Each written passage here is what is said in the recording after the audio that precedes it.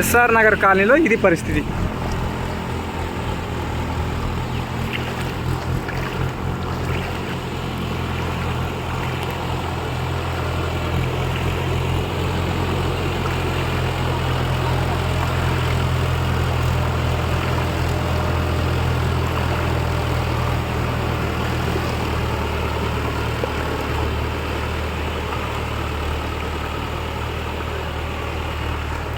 ఇండ్లకి వెళ్ళి బయటికి రావడానికి కూడా ఇబ్బందికరంగా ఉన్న పరిస్థితి. ఈ కొత్త కన్స్ట్రక్షన్స్ వాళ్ళు కూడా జరుగుతుంది. ఇక్కడ మొత్తం చూసుకోవచ్చు.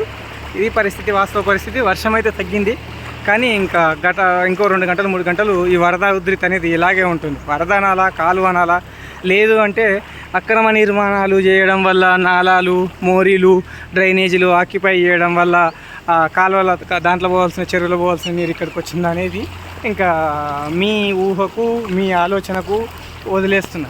జేసీఎల్ న్యూస్ని సబ్స్క్రైబ్ చేస్తారు, సపోర్ట్ చేస్తారు, సహకరిస్తారని కోరుకుంటూ సైనింగ్ ఆఫ్.